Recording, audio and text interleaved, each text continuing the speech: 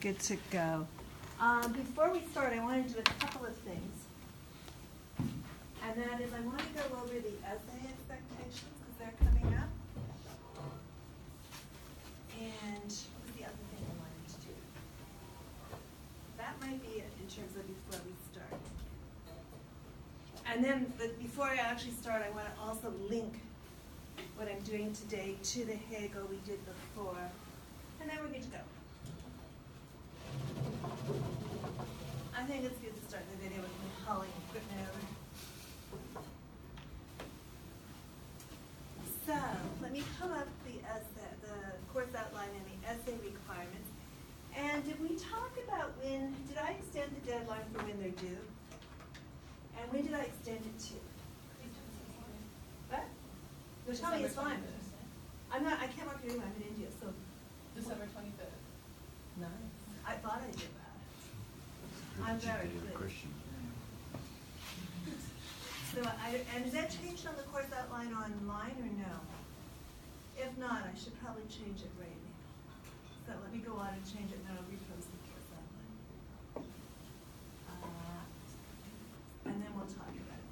The 25th, so you guys are either going to email it to me as an attachment or put it on the Moodle site. You've got a film due with it. You're going to post the link for the film on the Moodle site. And I'm going to turn up at the first class with all your grades. So the theory goes, I think I can do that. When's our first class? I'll check. Before I start promising. If it's 2 days later, I'm like, no. No, it's going to be, we start, what, January 5th? 4th? Well, I'm pretty sure the second week.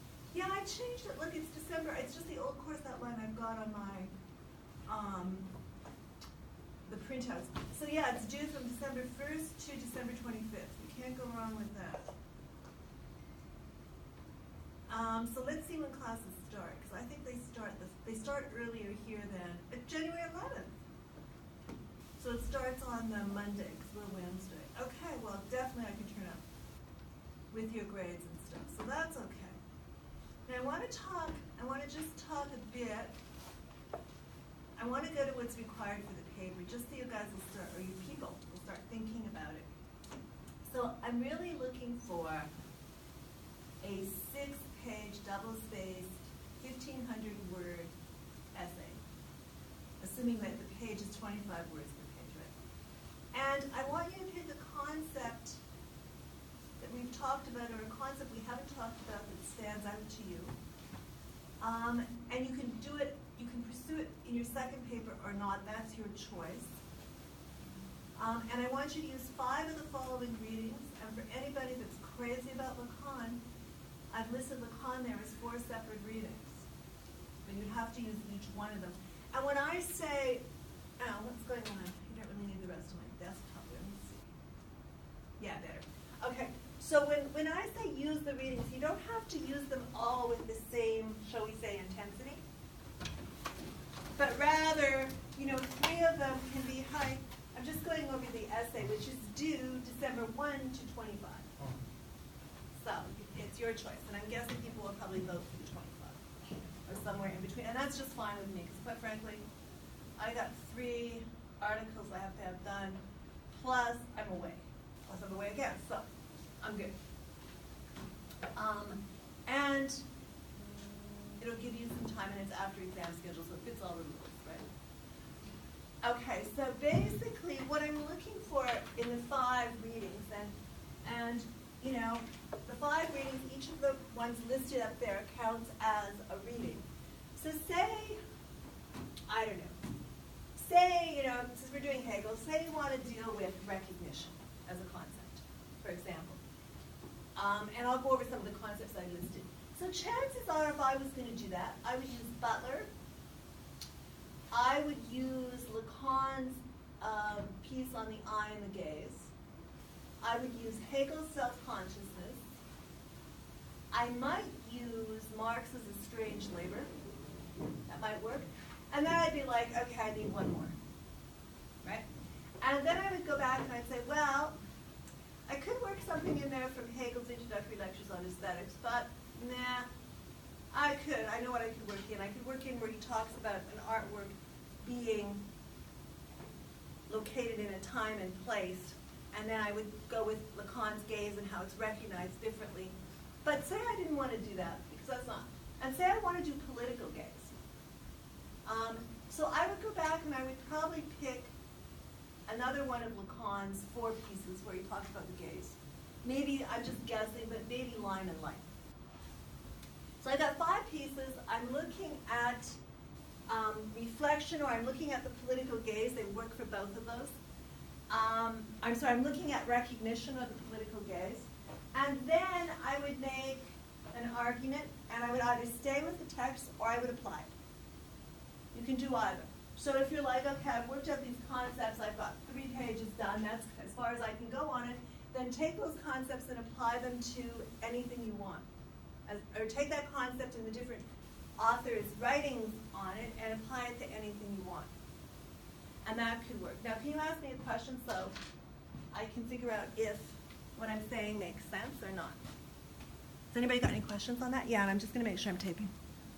Totally taping. Yes, Cameron.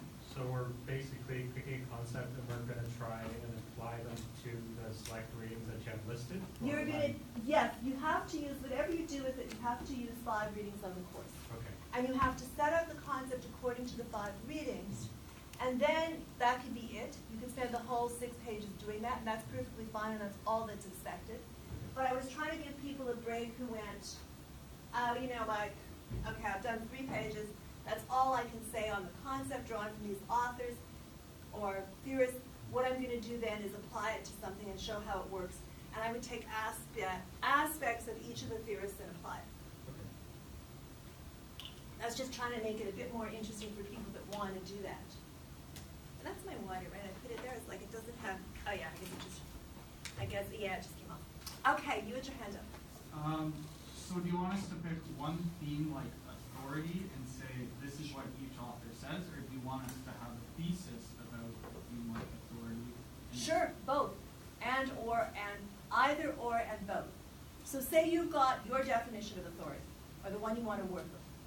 And your argument is that these authors, although they contribute to it, they come up short. Then you can do that. Or you can take authority and say, I'm going to examine how, and that works actually better for second term with Sorel and people, but you can start this term, and it should work. You can say, okay, this is how these 5 thinkers see authority. In my estimation, this is what's missing, given the definition of authority I'm working with. You can bring in outside sources as long, so if you want to bring in a compiled definition on authority from outside, that's fine. That's a good question. Thanks. Yes? What is the relationship of the film to the essay? Well, it's a concept film, so what you want to do is say you're writing on authority, for example. Then what I would do is you can do a number of things. And you could do something that's completely disengaged from it, or you might want to take a look at different images of authority. They could be military images, they could not be military images, they could be state images, they could be, you could use monuments, like there's a whole number, you can use like parking sign, like use a whole number of signifiers you could use on that. And you might want to combine it with text, written text, or like so drawing quotes out of the essay and putting it as overlay. Or you might just want to go out and interview people on how they see authority. And you'd have to get their permission, so you get their signed permission to use it, but you're only making 1 minute. So on that 1 minute, you would probably have 4 people how they see authority. Yeah? Sorry, just, am I addressing the film in my essay? Or yes, that would be, no. Ideally, or a good way of doing it, is for part of the essay, you're going to say, the film is exploring, authority using the following, following images and text, but you don't have to say what the texts are. You can say, okay, using images and text, the film's exploring authority. And you can point out a couple of places where it really matches up with the essay, if you will. So yes, it's a good idea to address the film in the essay. You don't want to make it, though, more than like about a third to half a page, right? Because you're only working with 6 pages. But yes, that's a good idea. And I can also post this on our website, on the Moodle site, so people, I'll post what we talked about on there. But yes, that's good. Yeah. Can we format our essay as a comparative essay and just focus on 2 theorists? No, you have to do 5 theorists. Okay. Nobody's getting out of that. And like 5 readings, but so they all have to come from different theorists? No, the readings are listed there, so you could actually do 4 from Lacan. Take a look on your course outline. No, that's what I'm saying. So, Okay. have like 3 readings from Lacan and 2 readings from a different theorist. Say Hegel. Okay, so you've got 2 people. Yeah. Okay, so I didn't understand you. I'm sorry. So you got 2 people. You've got 5 readings. You're fine. Okay. Yes. And you can use 3 of those more than the other 2. Okay, so yeah, does that answer it or no? Yeah. Okay, cool. Yeah, I made it so you could actually do that kind of stuff, right? And you can also then, if you want, stay with just the text or give a 1-page example of the application of what you're drawing from the text on the concept of power, say. That works very well. Yeah, Cameron. I have 2 questions. Okay. Do you have a preferred method of citing things? Either MLA or Chicago. Okay, and Just be consistent. okay. So for MLA, and by MLA, I mean, what I want you to do, and if you're working with online text, then you need to indicate the date. We've got them on the Moodle site, so that's fine. But if you're doing MLA, so we can just say, Bell, some of it uses the date 2016, page 2, or on other ones you don't use the date. That's completely your call, just Bell 2 in the text, or you can put what I'm using right now for the piece I'm writing. I'm using Chicago, so you basically put an endnote reference or bottom of the page reference into it. But either's fine, as long as you're consistent. Don't mix them. Okay, and my second question is, if we use like footage from a different movie, Sure. how would we cite that? Like, is there a way to Could cite you be a bit more specific in what you're saying? Like, I know in... So you want to do grab footage, right? Yeah, You want to if I do the, grab footage or Yep. something else, like how would... Just would cite I it what you grabbed it from. Okay, would I put it in the movie or would I put it in the bibliography? You can put it in the bibliography. You can acknowledge it in the. I would probably put it in the bibliography. So if you're doing we've all got the grab feature, right? So you grab something. Now don't just grab it and use it. You want to mess it up. Okay. So you want to own it. Okay. But yeah, sure. Sure. It's called, what is it called? Grab. I've got it. It's called grab something. Okay. And then that way you can take, not so much I think for this course, but for the one in psychology and politics, I was grabbing some amazing footage that was shot in Algeria during the Algerian War, because we're doing France Shanon, and then I was mixing it with these texts on colonial mental disorders. So yeah, that's very good. And you can grab news text, right? So say you're doing something on authority, you want to focus on Donald Trump, you can grab images that way, quick. So grab. Anything else? Anybody else have their hand up? Yeah. Okay, I just can't hear you. Yes? I'm sorry? He says to stop on the syllabus. What's done? Okay, I can come up here so I can hear, I just can't hear. So is what on the syllabus?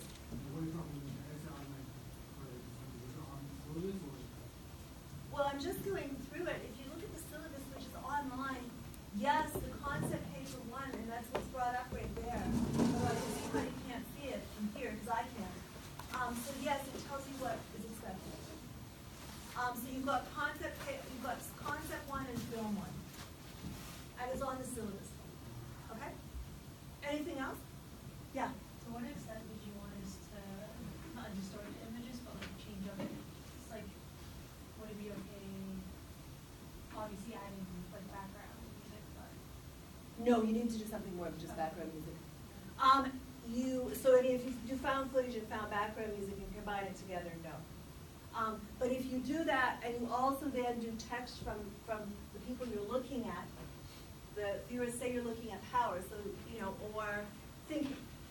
If you do text on thinking and you also splice up the image a bit by cutting it and put something else in, like so you can either drop text on it or cut it, that's fine. But I want to see it altered. And I don't want to see, basically it's pretty easy to find at this stage in the game if you just use a film that's been done before and put it in there. I had people, not this was quite a while ago, but they used like a film from the previous year. I was like, really? Like, you think I'm not going to notice that? Especially since it went to the previous year one underneath it when I clicked on it, right? I was like, oh. Okay, so found footage is not just finding something. You need to alter it. And I think it says on the course outline that it's altered found footage. But, you know, it's up to you how much you want to alter it, but just changing, unless, okay, where that would work is if you're actually doing a spoken text. So you're actually reading aspects of your paper intercutting. So rather than, so if you do that, that can work. Does that make sense or no? Anybody else? I just want to go to what I say about found footage. So on the course outline, which is on the Moodle site, it says it's 6 double-spaced pages, 1,500 words. It gives you the 5. It says 5 of the following 13 readings. Then the next section is films. I didn't put the grab on there, but I put the mural down low, but it's easy enough to find. And just want to see where I talk about the films. Yeah, so on page 5 there, and I'll just take this down, but it's hard to see. So on page 5 it talks about the film, and I wouldn't worry too much about the film, to tell you the truth. I would obviously do it, but I think the film is the first one's worth how many marks? So basically,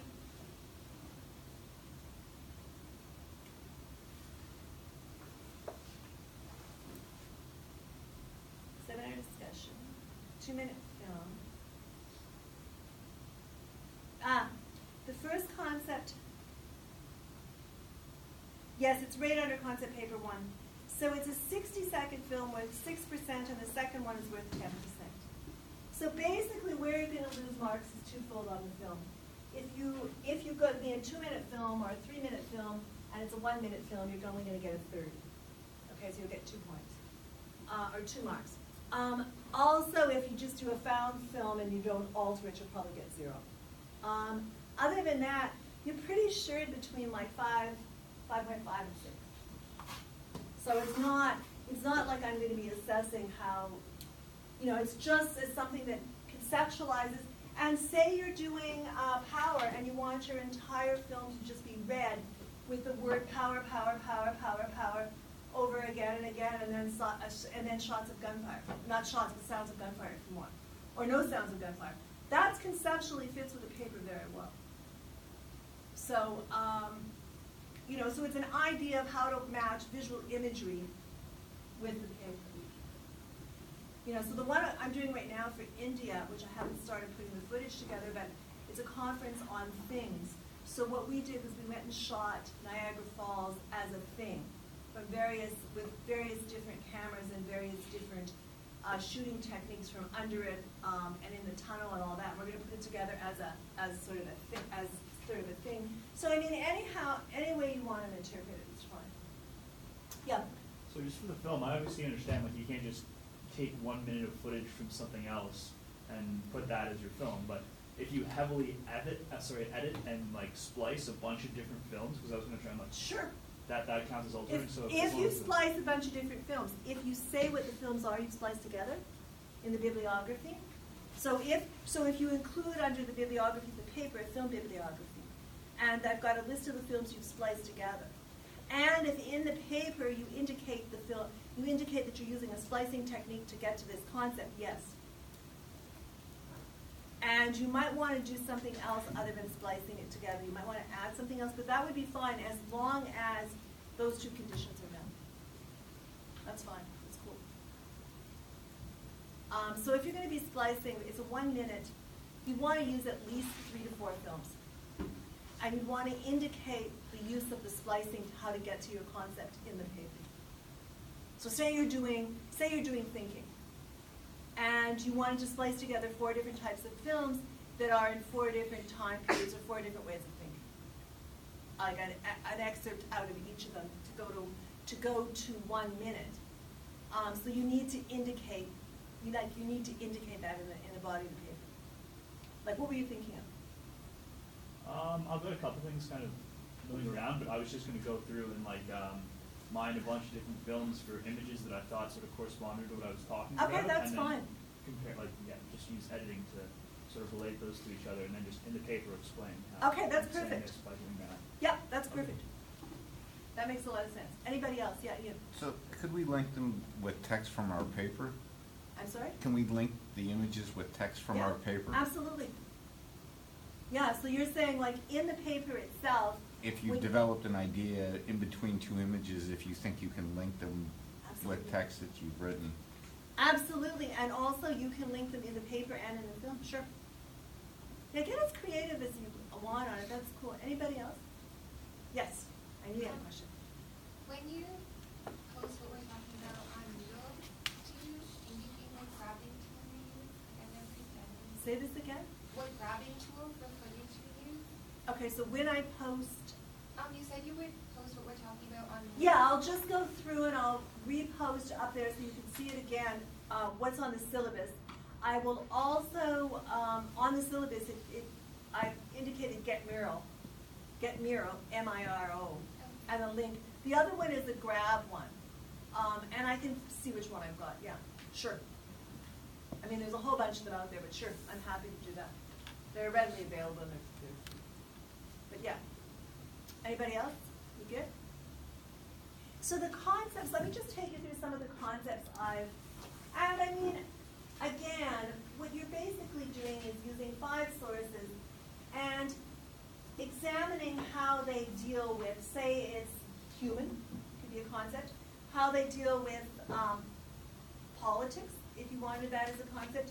I mean, the concepts can be quite broadly defined. The idea is to be able to use 5 courses, or 5 readings on the course. And I think some of the concepts I mentioned here were, concepts of alienation, fetishism, gaze,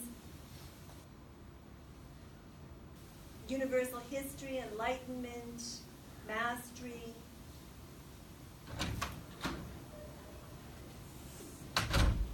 anything thinking, power. Second term violence works very well because there's a whole section on violence. Second term technology also works very well. I was trying to see if I listed any of the concepts anywhere. I was just going through the readings and seeing. Maybe I didn't list them because I wanted you to come up. Oh yeah, there they are. Concept papers. It's on page 4 of the syllabus, which you have a print version and there's an online version on the Moodle site.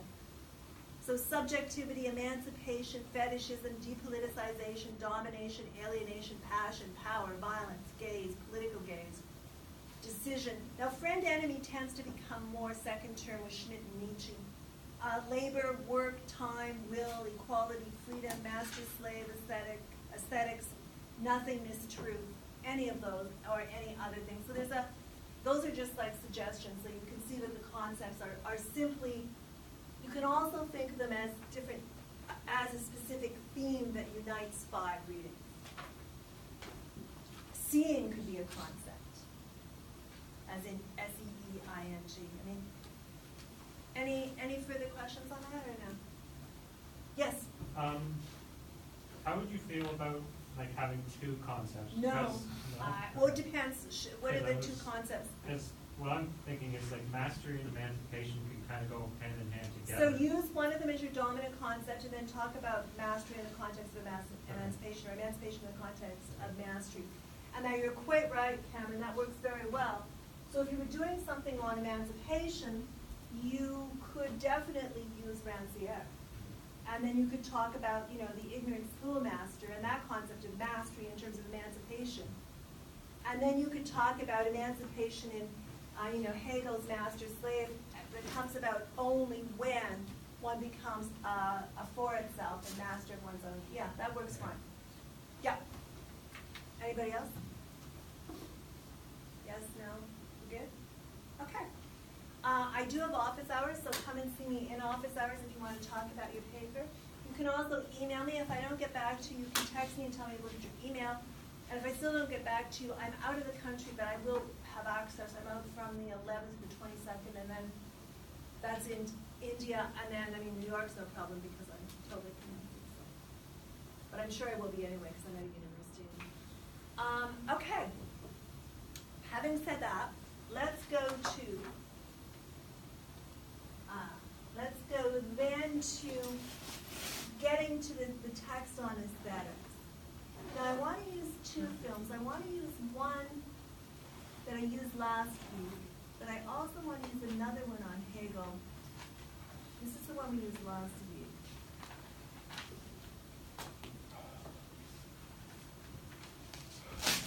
I want to use the action one too.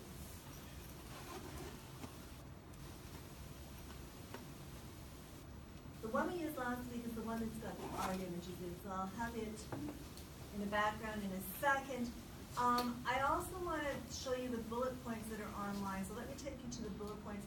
There's, as you know, there's bullet points up for all the thinkers. So if you've missed some and you don't want to use them, but you feel you want to know what they said, you know, a combination of sort of skimming through the lecture and looking at the bullet points should give you that, I would say. So the lecture bullet points, though of course the syllabus is there, the lecture bullet points are here. And I also gave you, because chapter 4 is talking about Kant's aesthetic judgment, so I also wanted to give you something on that. I'll just pull these up and then I'll go to the lecture.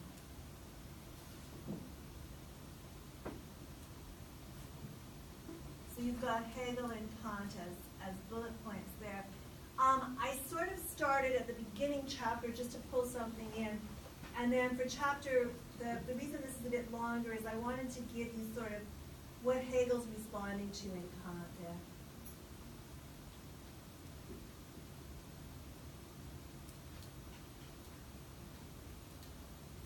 Now this film was on partially last week. It's on this week. Most of the art images in there.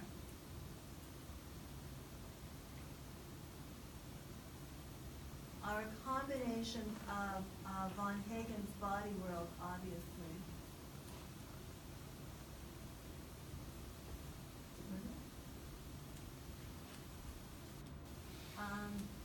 And a bio art exhibition that was in Liverpool.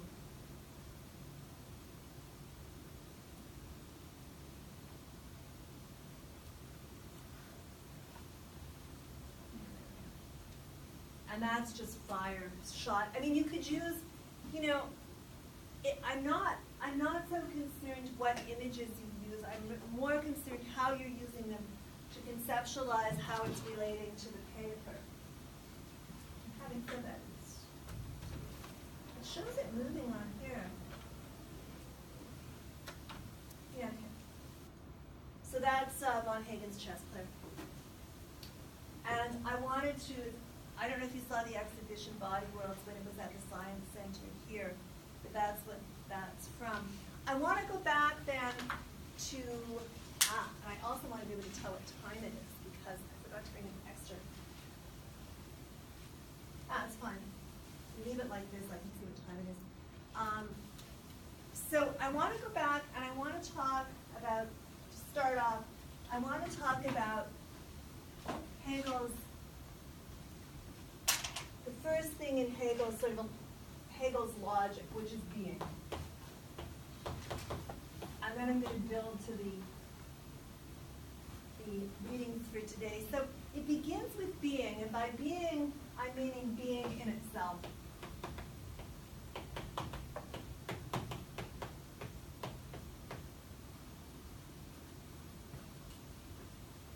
And what comes out of that is,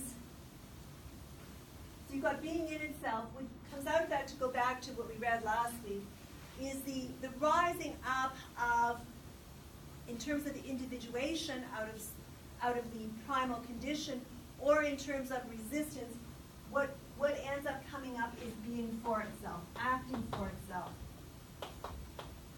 And when it's acting for itself, it is individuation.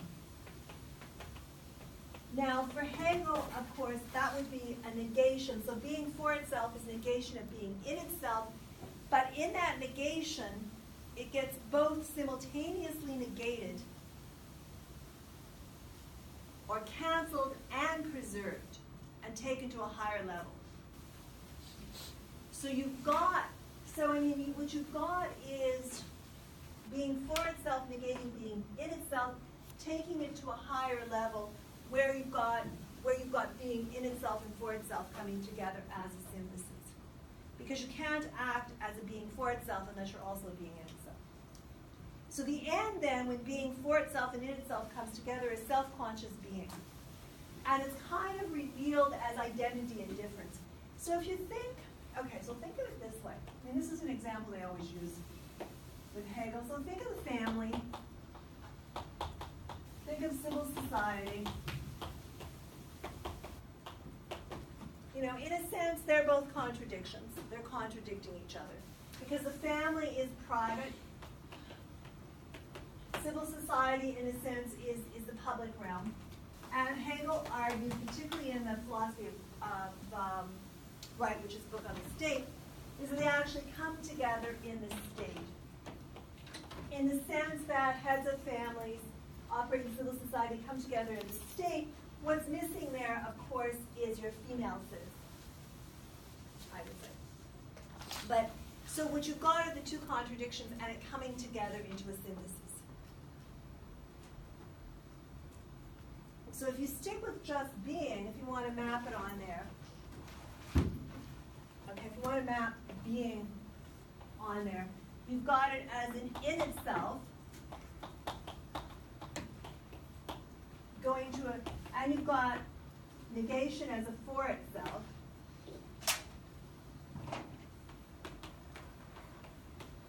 And what you have as a synthesis is self-consciousness, self-conscious being.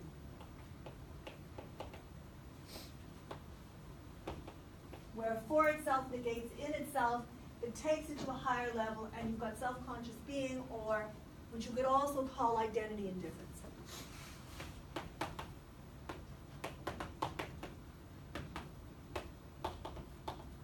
And that's basically, you know, Hegel's dialectic operating. And so the very structure of a dialectic can be, that is in New York, Brooklyn, and what it is a mechanical tree that an artist has put on the river, and it's actually getting water the same way, it's purifying water, taking it out of the river and purifying it the way that a real tree would. Yes? I have a question. Yes. Is the triangle on the right a dialectic if family and public synthesize to form something new? Don't they still both remain in the state? Can both original conditions? But that's his dialectic. Can those They're not in the original remain in the dialectic though? The original remains in a changed form. All right? So once you go to the next level, you've got a negation and a preservation. So you can't, it's not just a negation, but you've got a negation and preservation. So basically that's really, it's a good question, that's really key to his dialectic. So they remain in the state, but in changed form. So they're not the same as what you see on the separate sides that are negating. So for Hegel's dialectic, it's always a contradiction, a negation that raises it to a higher form. So I mean, it's a great question. So the state is a higher form than either the family or civil society. Whereas self-consciousness is also a higher form than either, you know, for itself and in itself. It brings it together. So yeah, Ian. In itself, is that when you're existing in the universal substance? Yes, good one. And so when you leave it, you achieve self-consciousness by exiting, or still be, I guess you're still part of it, but yes, you're separate but still part of it. Yes, so it's individual indifference, or individualization indifference, or identity indifference, if you want to use it. Because you can never, like, if you lose the in itself, you've lost sort of being part of the universal substance, but when you raise up out of it, you're acting as a for itself, you're individuating and differentiating, and then what you've got is self-consciousness. So it's those two coming together in a higher level. So would he consider nature in itself? Yes. So that's the tapestry against, that's the background of existence. Yeah, because remember for Hegel when it comes, I mean, one of the reasons the aesthetics is on the course is, again, like the introductory lectures is on the course, and it's a good question, is because again and again and again he says in response to Kant that Kant doesn't necessarily disagree with this, but that the mind is of a higher, it's higher than nature itself. It's higher beauty, it's higher value in a sense, because it's going to be conceptualized through the mind. So it's of nature, but it's absent from nature in the conceptualization. It's of nature, but it's separated itself from nature and moved to a higher level. Yeah, that's good. Cameron, yeah. I'm having troubles understanding like negation. Is it like a process or is it like an action? It's I would say it's a process because it's continuous. It comes out of a process. I mean, the way I describe it is it comes out of a process of continuous negation. Okay, so by the end, being in itself and for itself comes as a self-consciousness out of this process of continuous negation, where you've got preservation, cancellation. Raising it to a higher level. So it's called sublation in English. Moving it to a higher level, and then it can keep going. Right? The problem is that depending on who you read, one of the problems is that for Hegel, if you want to take the state model, at his point in history, he saw the Prussian state as being the highest, achievement of that playing out. Question or no? No? So, my reading on Hegel is history doesn't stop. So it's a very good question, Cameron, in terms of it's an action, but it's an action as a process. So it's not, it's not going to come to an end. So when he's looking at this sublation, and it's really crucial that the terms in sublation are, it's contradiction, it's a process of continuous negation, and in that process is both, cancellation, preservation, and raising to a higher level. And then Marx is going to do something slightly different with it, but that's kind of the Hegelian dialectic in a nutshell. The other thing that came out of last week, and it's important for what we're doing this week, is that man, or human, I'm going to say human, for Hegel, operates according to the desire for recognition. That's a desire for recognition and to become a being for itself. Which is why, in a sense, Lacan's piece on the gaze and recognition is on the course. Now, the problem with Hegel on that, really, is that he tries to map this politically, right?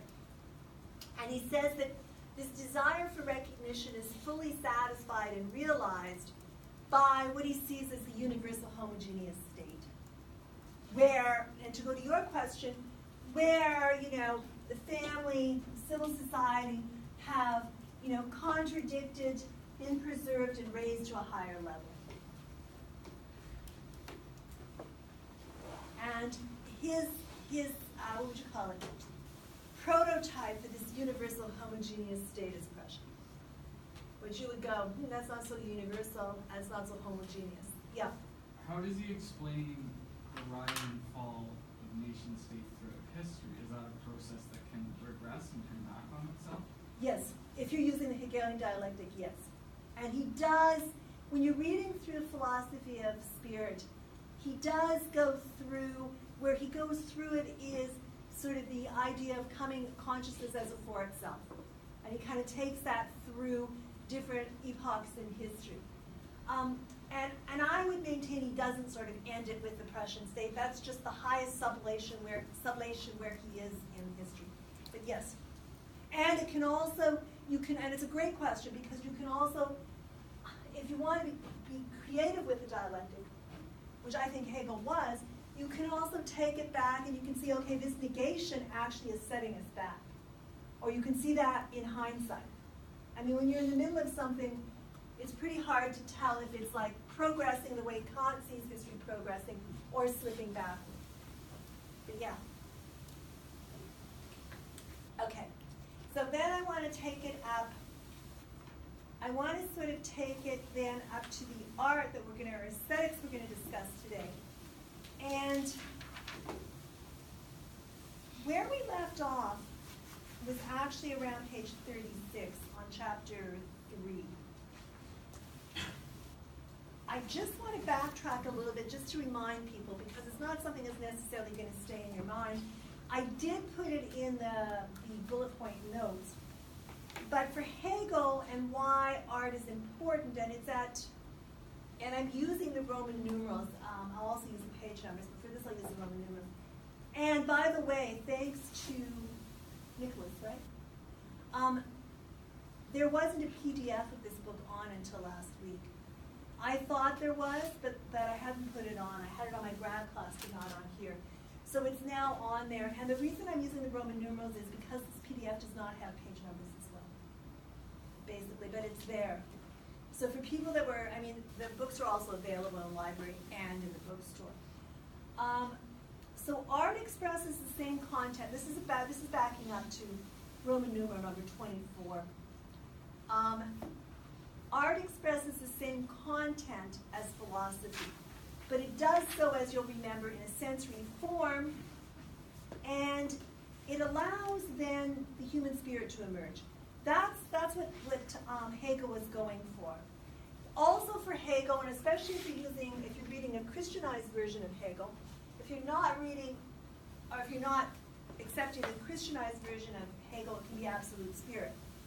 But what gets revealed through art is absolute spirit, or the absolute God. I'm more comfortable with the idea. I would just go with the idea. And of course, one of the big things for historical dialectic is Hegel locates art in history and in space. That becomes really important. So he talks, and he says something I think very important. He says, you know, what we take now to be barbarous art, we have to look at not through our lens today, but of where it was located. So basically, I think it's on page 24 because I was checking it on the way up here. And I think it's a really important point, is that he says that, you know, foreign character in art could not have been branded as, yeah, this is great, could not have been branded as products of bad and barbarous taste except by the prejudice of the theory used. So he's trying to locate that in the period that they were made in. The work of art then contains three components. First of all, it's not a natural product. It comes in, and we ended with this last week, where it comes into being much like the way Marx understands labor, which we're going to talk about next week. It comes into being by human activity. That is, it's made for humans, and this is Roman numeral XL1, it's made for humans, and it contains, so basically you've got three components there which are really important. And they're really important for how Marx's understanding of labor as well, right? So what you've got in terms of how he understands art, it's a practical activity. It's made by practical activity is one component of it. It's not a natural product, so I would say I'm going to put human in front of practical activity. It's made by human practical activity. It's not natural object. And it has a telos. It has an and. And we'll talk about the telos. That's an S. We'll talk about the telos. So then he says, we read last week, or the week before last, he talks about two artists, which Nietzsche would call artist philosophers. But he talks about two artists, Goethe and Schiller, and he says that what's interesting about them is they broke all the rules and they began everything anew. So art for Hegel, now starting on where we left off, so I'm around page 38, 39 in chapter 3. But I just wanted, one other thing. It's going to come up though later, and that is always for Hegel, beauty of art is born in the mind. That is, we have this is on L9 or L1X. that we have a product of art only insofar as it has passed through the mind. And so it's gone through the mind, it's got an end, it's gone through the mind, it's been produced, it's been thought, and then he says it's been generated by what he calls he calls it spiritually productive labor.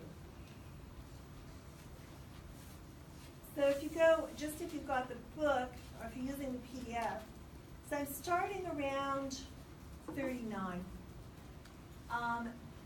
L3. So art for Hegel then is not a matter of taste.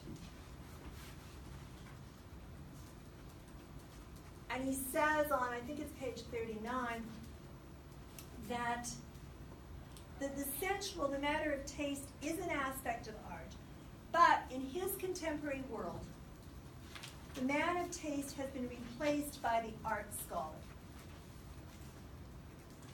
So the connoisseur, the scholar of art, has replaced the man of taste. It's the middle of the page there. For him, the positive side of the replacement is what he calls the working out of the dialectic in the aesthetic. And by this, and he sort of explains it, and it's just, it's L3, it's like in section C there on page 39, about a third of the way down, it's the second paragraph. So the positive side of this replacement of the man of taste by the art scholar is that what you've got is, you can see the dialectic operating in the aesthetic. So one studies and knows art as a material and individual entity.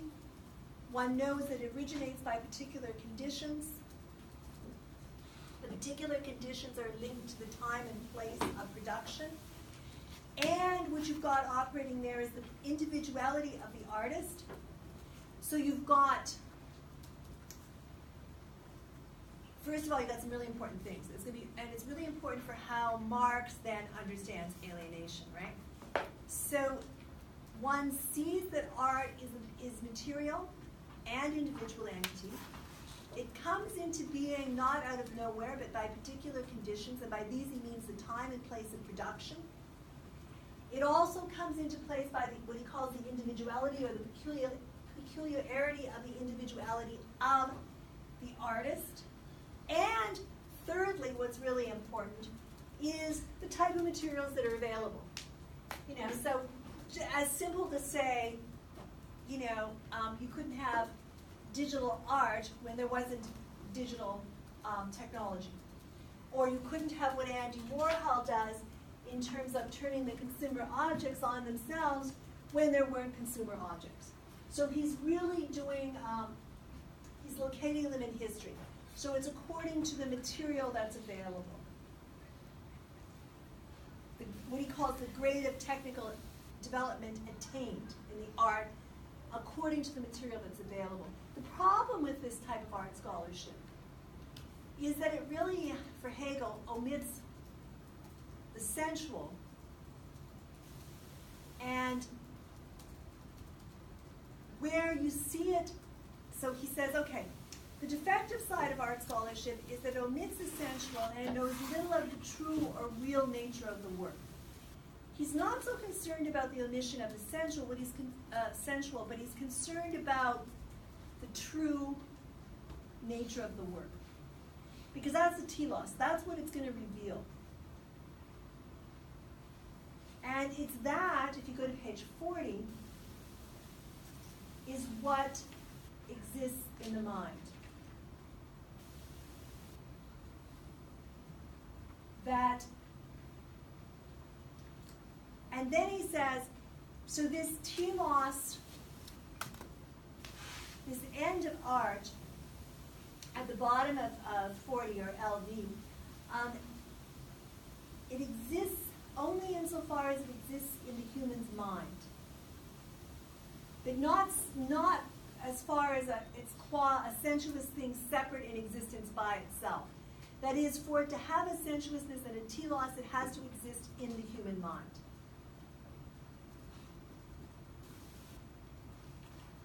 what the human apprehends, takes in. So for those of you that have done any phenomenology post-Hegel, apprehension becomes an important concept. The lowest form of taking in, of apprehending, of apprehension is sort of looking, listening, feeling. These are aspects of taste. They're not so important for Hegel.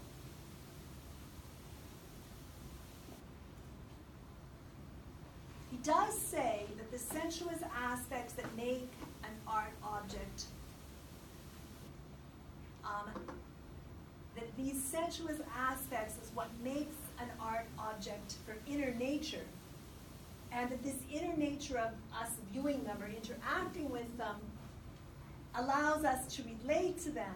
This inner nature realizes itself in things, and it realizes itself in things as desire. But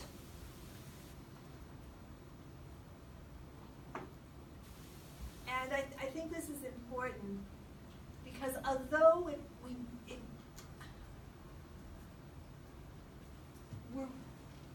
the sensuous aspect of our taking in of art is realized in things as desire, the desire is actually determined by the things. And you can see how Marx develops from this, right? The subject's desire is determined by the things, so that the subject's not really free in relation to the outer world. Rather, the desire is determined by the things. Therefore, for Hegel, it's intelligence in the theoretical contemplation of things that has no interest in consuming the particularity of the object itself that's going to get to the universal aspect of art. So basically what he's saying there is, if you're interested in, if the sensuous aspect of art is really realized in things, and then it's fed back to you as somebody who's, a connoisseur of art, if it's fed back to you as the things in which it's realized, you're going to be held hostage by the things. That's like a particularity. But the universal aspect is something larger. It's basically what's going to be revealed by what he calls fine art. So the subject's desire being determined by things is at a lower level. Rather, intelligence in the contemplation of things that's not interested in consuming the particularity of the object is going to get you to the universal aspect of the work of art. It's going to get you to what he calls the inner being and law of the work of art. It's going to get to its idea, it's going to get to its notion, it's going to get to what he considers the absolute spirit. And this rational intelligence that allows you to engage in theoretical contemplation is the universal that all humans have. That's why the mind is so important for Hegel. He also says that it's this rational intelligence, it's around page 41, it's this rational intelligence that all humans have. It's universal. And it transforms a concrete object of sense, say, a digital art piece, which you just saw one probably come up there, or von Hagen stuff there. It transforms a concrete object of sense into an abstract matter of thought, which is a higher level for Hegel.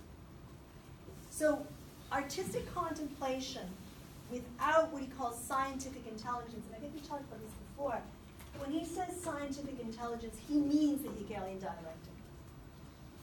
So artistic contemplation without what he calls scientific intelligence, which is over around 43, what I was just talking about, or LV11.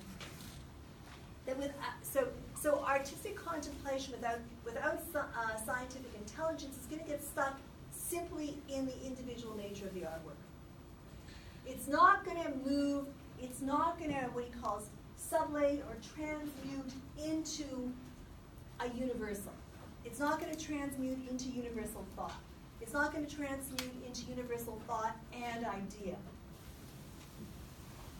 So what he's doing then is bringing what he calls scientific intelligence, dialectics, to artistic thought and thinking about art. And now if you go to page 44, which I think L9 or L1X, that's where he talks about the product of art. He says, we have a product of art only so far as it's passed through the mind and has been generated by spiritually productive activity. And that's one of the quotes that I put on the bullet points. Now before we then go to the end of art, which is the next section, which starts around page 46, anything coming up short there? Yeah, Ian. So, what would you have done with something like Freud's oceanic theory, where you're triggered into a different state, not by any intellectualization of nature. Right. It's an attachment to nature that moves you to a that's spiritual interesting. state. Okay, so for Freud's oceanic theory, for people that are not familiar with it, it's kind of like Hegel's universal nature. That is, it's what, and it's also like Lacan's,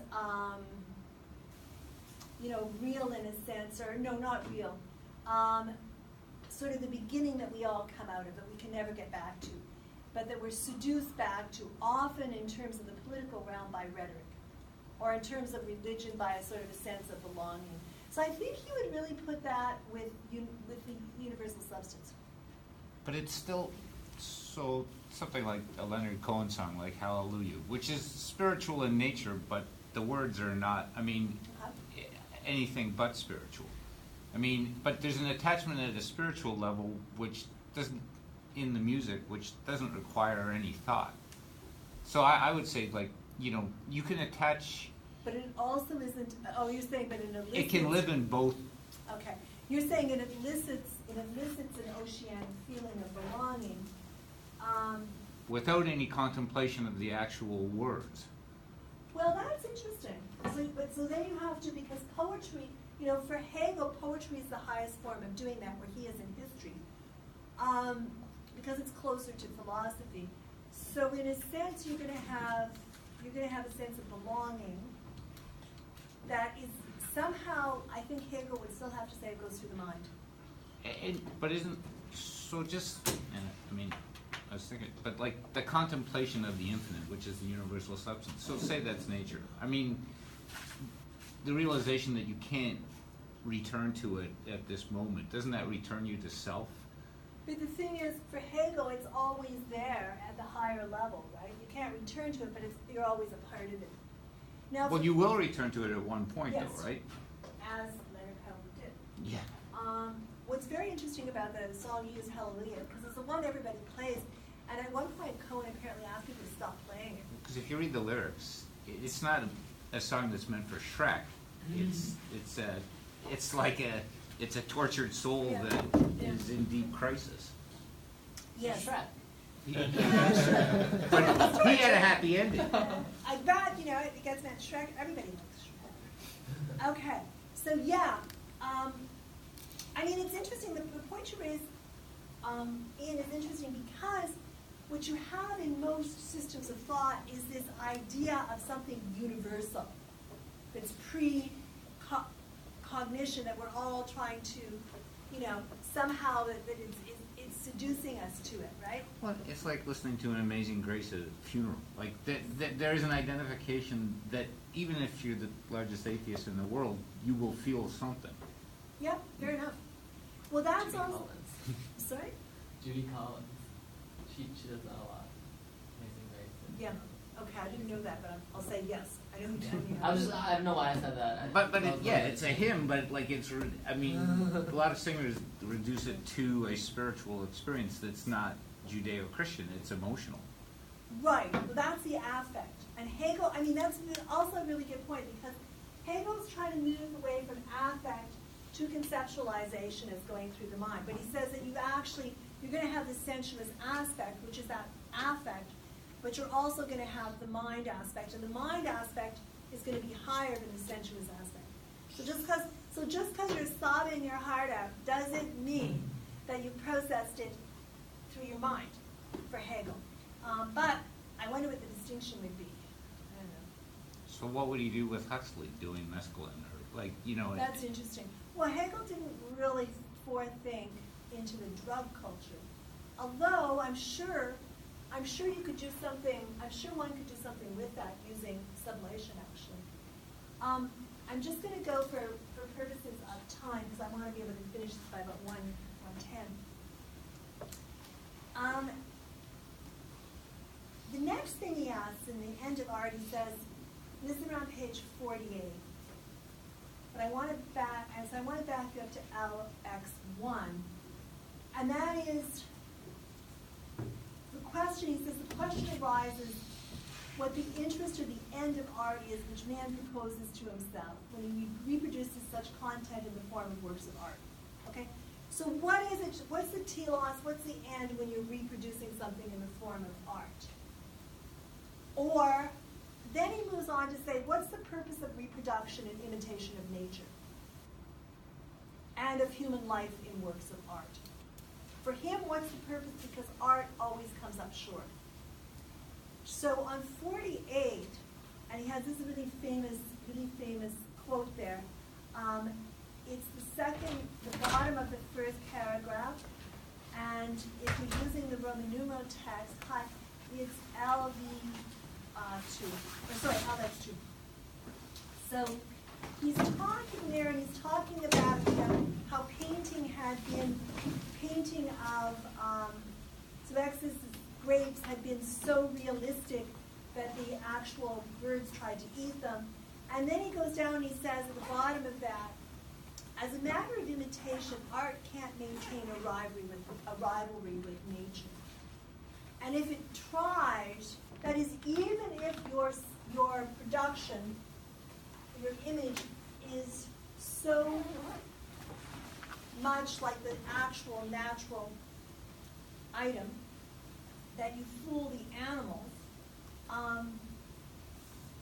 that basically art is a matter of imitation. He's trying to say that the real purpose of art really is not as a matter of imitation. It can't maintain a rivalry with nature.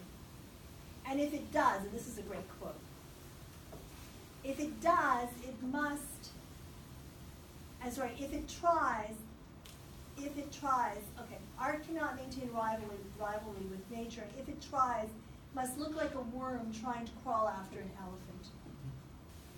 So that's not, that nature will always, in a sense, be more realistic than a reproduction of it or imitation of it, even if it's perfect. So he uses a perfect example. Because for Hegel, that's not, like imitation or reproduction or representation is not the purpose of art. Imitation is not the purpose, telos, of art. So then this leads into the question that he poses is, what is the content of art and what is the aim of this content? And then he goes through a number of things that art does. But the things he goes through that art does, those were worms actually. Those were electronic worms, the one before that moved. They pick up your emotion and move and do something else. It goes with Ken and all those pieces. So then he says, okay, well, what is it that art does? I mean, if its end purpose is not imitation,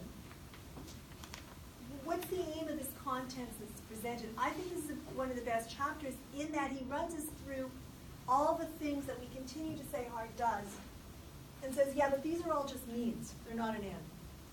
Okay, so on the one hand, it's going to realize in its passions. It's going to realize in its emotions.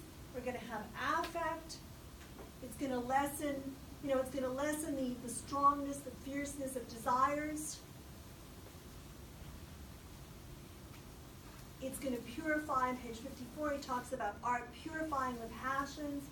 It's also going to teach. Didactic art is going to teach. It's going to instruct. And I'm just going to switch the I'll switch the videos to the next one and go from there. So we've got a number of things. It can imitate, it can instruct, teach. This one is more on action as work, but I sort of like it. I have to cut the sound on that one because I forgot to take it off. And it's on Hegel on work and labor. So if art's going to have a purifying power, it's going to have a purifying content, and Ian's example is good in terms of Hallelujah or also the Amazing Grace. It has to be brought before consciousness in its universality and its specificity.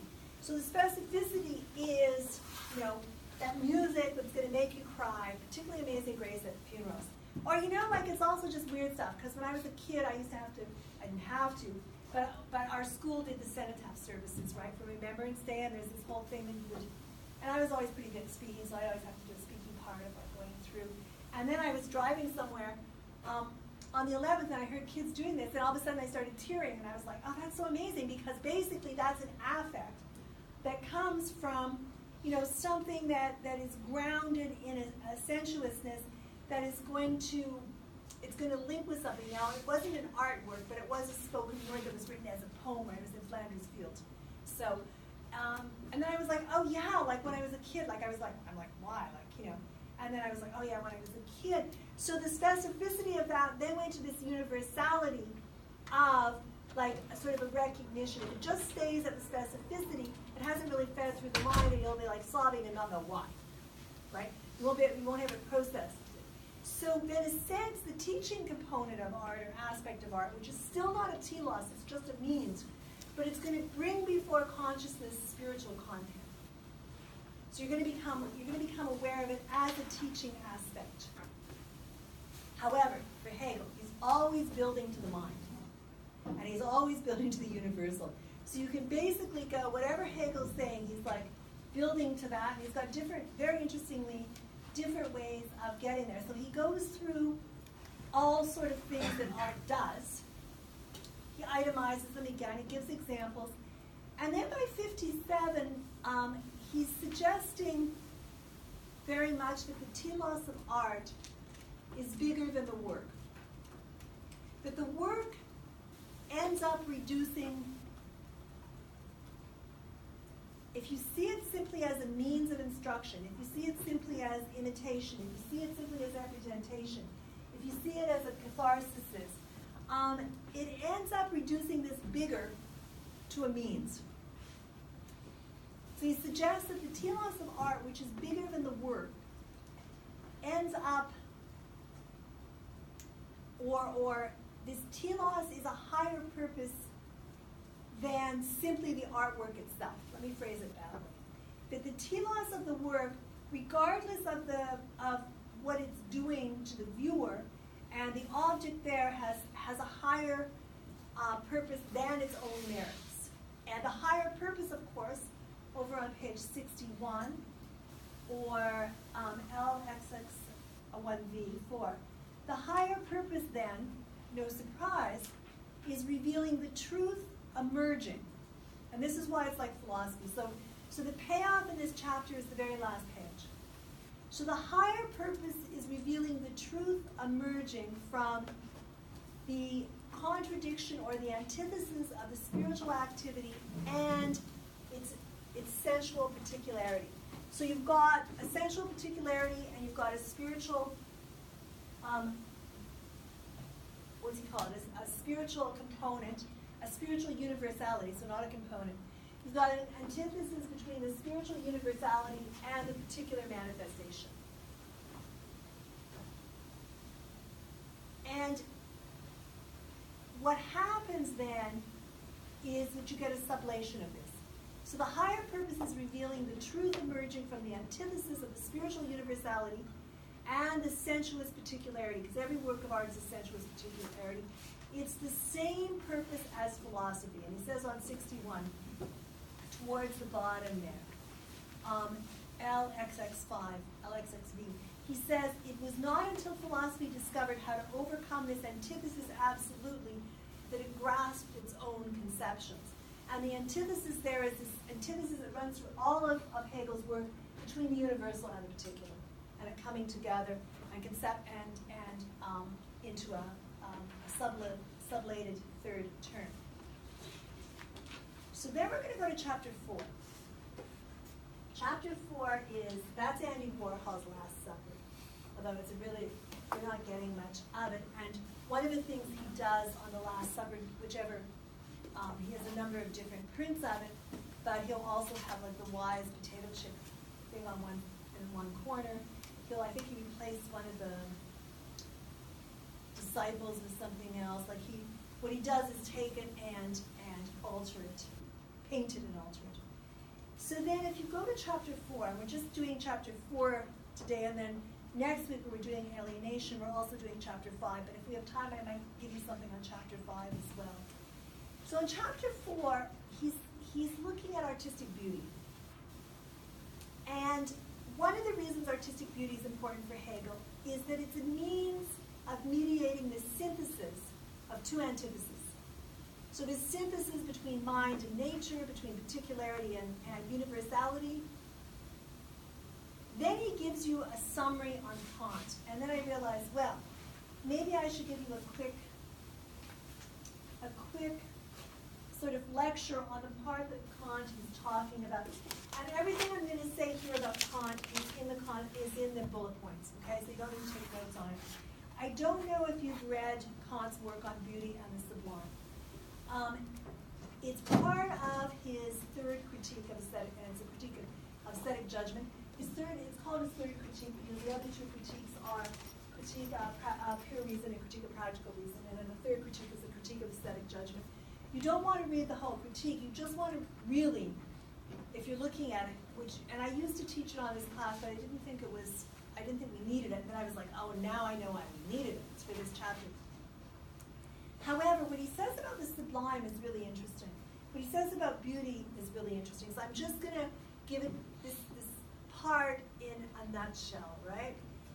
So, and I should pull out what I've got with me just in case. So it's really under and I've given the paragraph numbers in the bullet point. But so beauty and sublime are not properties of the object, but rather, and this is where Hegel is sort of responding to this on taste. They're not properties of objects, but they're human responses to objects. So whether you find something beautiful or whether you find it sublime, these are not, and I'll define what they are for you, these are not properties of the objects themselves, but they're human responses to objects. And I would add, as Kant does when he starts looking at the beautiful, and he looks at free beauty and dependent beauty. And I didn't put this in there, but I should have. What he considers free beauty is what he calls something having its purposiveness without purpose. I know.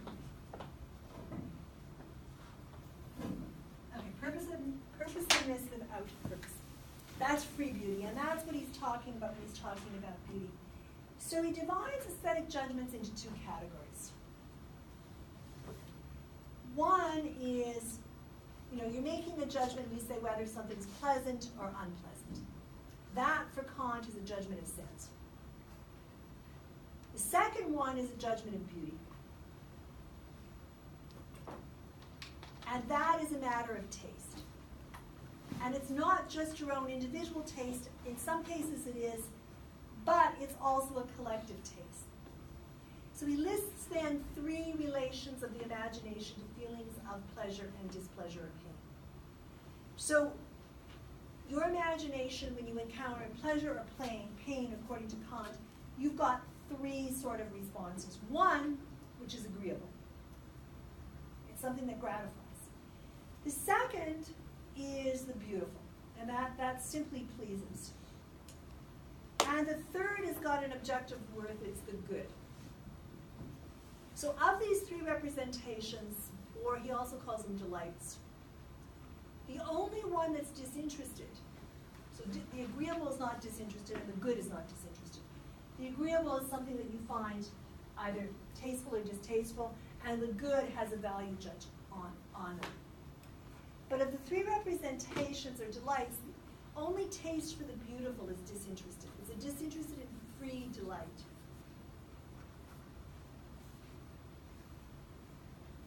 Because you don't need to have the approval of either pleasant or good. Okay, so it's disinterested and free. Now he claims that judgments of taste are both subjective and universal. They're subjective because of the response of pleasure, and they don't involve any properties of the object. And aesthetic judgments are universal in a sense and not personal, because in a crucial way one is disinterested. So then he divides the kinds of aesthetic response into responses to the beautiful and responses to the sublime. Beauty for Kant, and this to me is where it gets interesting, but that's where he builds from. So beauty for Kant is it's basically a pleasure in order, harmony. Now the sublime, which I'm sure we might find more interesting, is a response of like awe before something that's bigger than human. Something that's infinite or overwhelming. Excuse me. And what he says about the sublime, he says, okay, the beautiful in nature, we can recognize it. The beautiful in nature relates to the form of the object. But the sublime can be found in an object that has no form. It's an image of limitlessness. So beauty is a satisfaction in quality, and then he says sublime is a satisfaction in quantity. But for the sublime, it may violate any of this purposiveness which beauty has. It may be repellent. You can also be attracted to it or repelled. It's not found in objects in nature where beauty is. Rather, it's found in us. It comes forth in us from contemplation of an object or an idea. So for the beautiful in nature, we seek a ground outside ourselves, Kant says, but for the sublime, merely one within. And then when his discussion of beautiful, if he says that, he says once this is deemed to be beautiful, and it's disinterested by being disinterested, meaning you've got no, it's not something that you have contributed to, but it's said by a group to be beautiful, and that group is disinterested, then those who don't find it beautiful are suspect. And he has actually a great quote on that, which I thought I pulled up here. Yes, okay.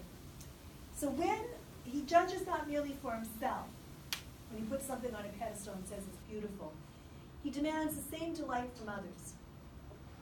And as if this beauty were a property of things, but it's not. He says the thing is beautiful.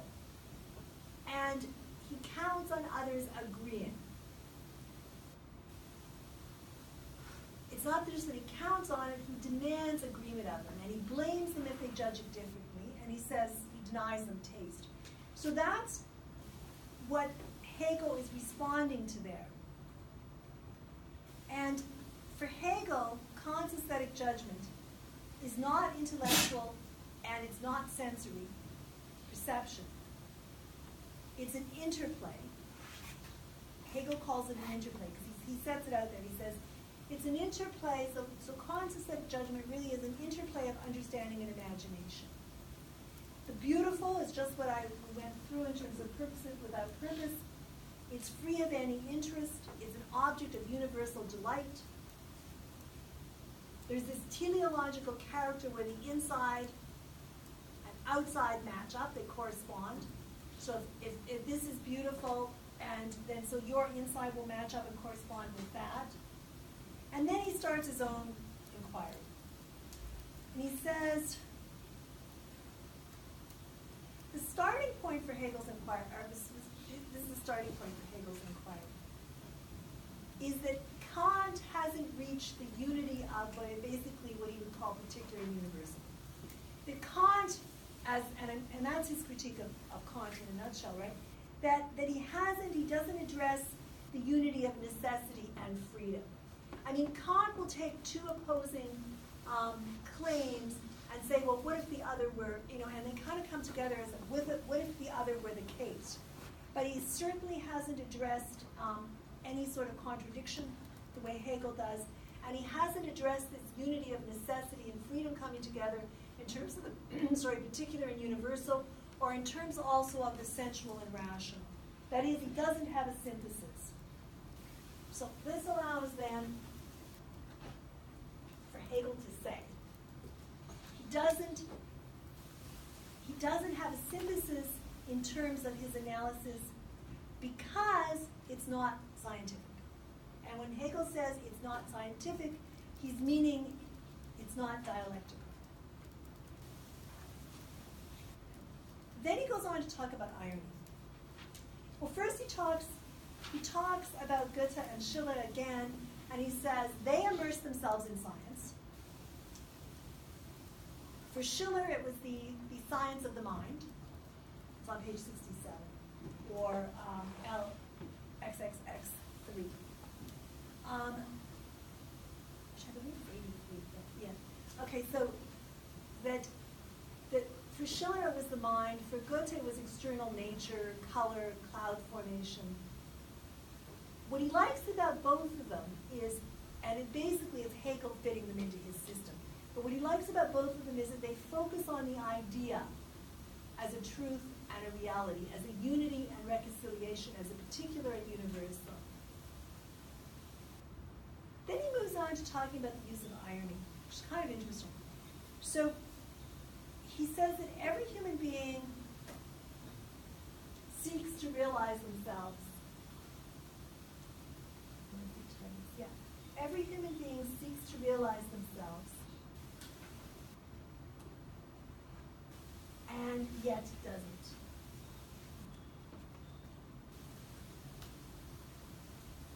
I'm going to use fit to screen. There we are. Now I've got time.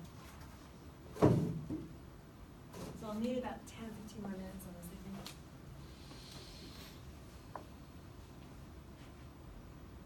So, if every human being seeks to realize himself and doesn't realize himself, again, Marx is going to pick this up. If you're looking at it in terms of beauty and art, if you're going to seek to realize yourself in terms of beauty and art, it's going to mean living as an artist, whether you're an artist or not, and forming one's life artistically.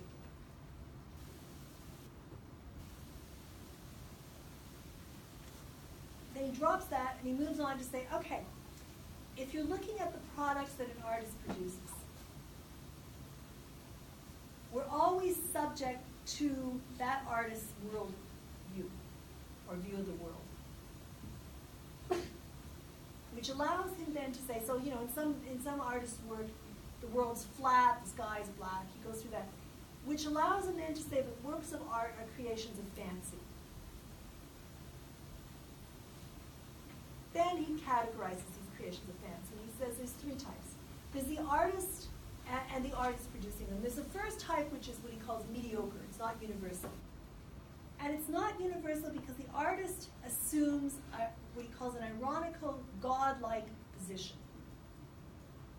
It's really a self-enjoyment of genius. So if you go to page 74,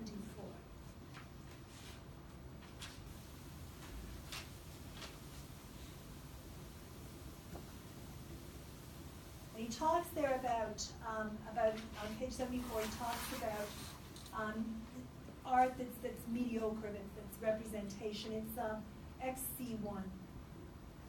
So it's simply, or 91, it's simply representation.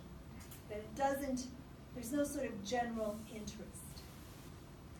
Where he wants to get artists, where he wants to get artists that are simply mediocre and not universal, and I'm sorry, it's not three. I read these as three because I was like, what are the other two types? It's these. So he suggests that there's mediocre works, and these are not universal. They may be liked by people viewing them because irony works in characterlessness and people can enjoy it, but he stresses on page 74 that true character has purpose and adherence to purpose. So he's always coming back to purpose and adherence to purpose. That's the Ganges and Varanasi, and those are candles that I lit behind a rowboat. That was kind of awesome. So returning always to what he calls as having a purpose and adhering to a purpose. So irony doesn't work for Hegel. It doesn't work because it's simply a form of enjoyment. It shows how smart the artist is. It is mediocre. What he's going for is something that has true character and adherence to purpose. And then he tells you on the last page in the chapter, on XC2, 92, he tells you what it is. But first of all, he says, okay, this isn't to be confused with somebody he thinks does aesthetic irony really good, and that's Solger. And the reason Solger, so if you follow up the references at the back, the reason Solger does it good is because he descends into the depths of a philosophical idea. And in descending into the depths of the philosophical idea, he hits what Hegel calls the dialectical element of the idea. And here Hegel calls it this weird thing. He calls it, fourth line, he calls it the infinite absolute negativity. So he says, okay, Solger is one of the artists, he's a writer, he's an aesthetic theorist actually. So he's one person who is able to actually use irony because he uses it in a way that gets him to the depths of the philosophical idea.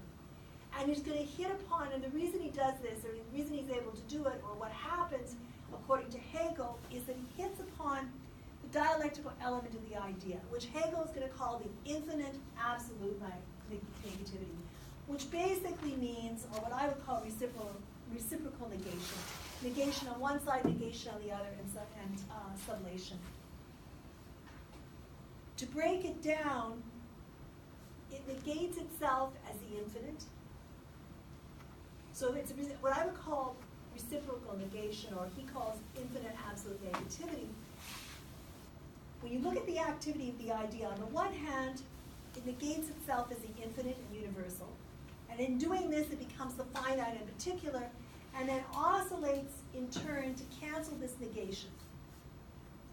So it's much like, so if you've got the universal and you've got the particular, one side negates the other. The first one is that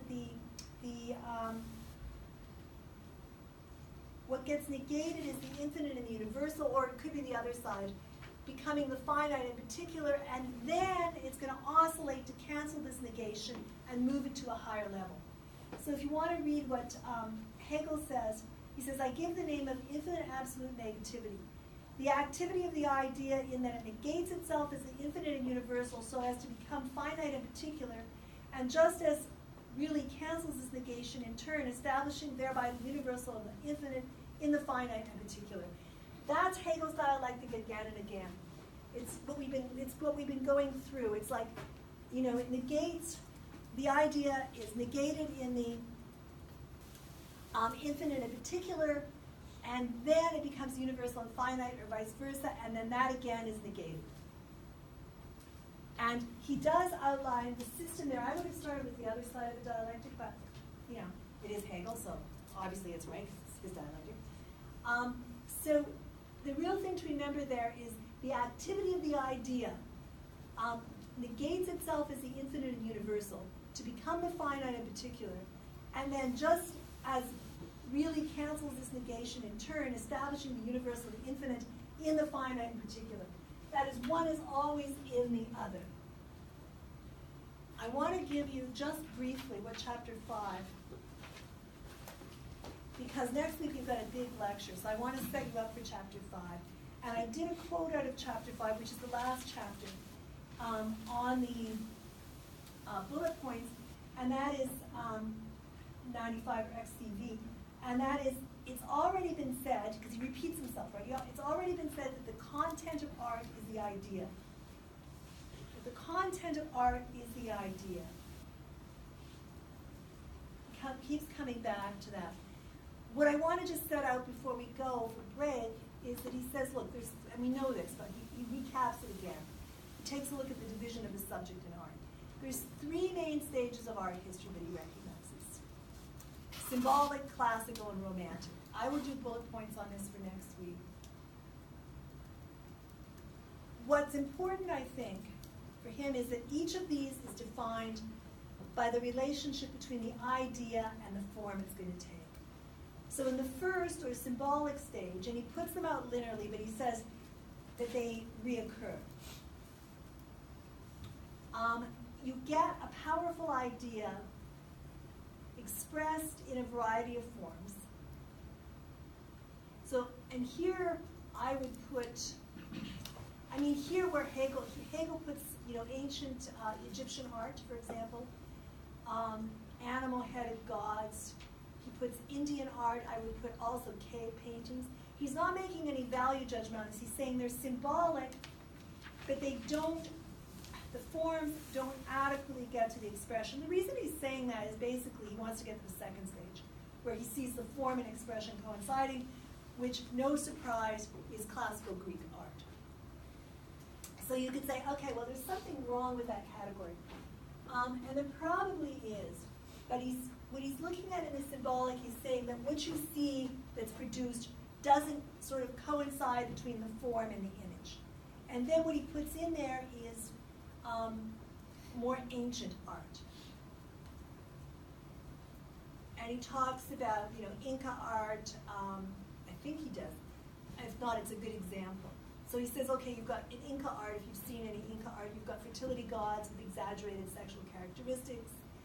You've got also protective deities with, ferocious animal teeth or claws. That's what he's taking a look at the symbolic. And he's saying that the idea and the form don't match up. The second stage is, of course, what he sees as the highest stage, which is classical Greek sculpture. So, you've got this idealized form that's going to embody the ideal. There's no distortion. And I would have to say, in my response to this, is that I don't think Hegel fully applied what I started out with. Now, he doesn't call the symbolic barbarous, but I don't think he ever fully realized how influenced he is by the time period he's in. So quite, so somebody who's a, writer, university, the period he's writing in is, and also given what he studied and given his theory, is going to see classical Greek sculpture as being the most perfect idealized human form. Quite frankly, I would probably go with the symbolic. And I think the symbolic does a lot more than Hegel's able to set out there. So the third stage, which is the stage he's in, is romantic. And it's inwardness.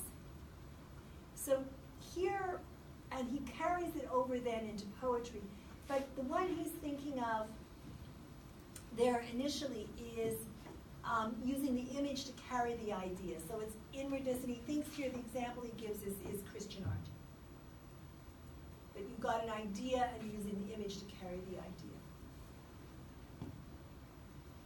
So you move from symbolic to classical, where the form and the ideal match up, to the third stage, which is romantic, where you've got an image that's going to carry the idea, and the idea that he like much of Christian art has this character. Now, he divides Western art into these periods, and he arranges them hierarchically. So, within the periods, he's going to arrange them hierarchically, and they go from those tied to image and the physical, that most suit symbolic art. Interestingly, he puts architecture here, to those that go towards more inwardness and self-realization, which is more romantic, which is where he puts poetry. However, you'll see it going back and forth. He doesn't sort of stick woodenly to any of these categories. And he also recognizes at some point, and we'll talk about it next week, but he recognizes in there that it's possible for an artist to be in all three categories. So that basically covers up until the last chapter of Introductory Lectures on Aesthetics, which we'll do next week along with Marx.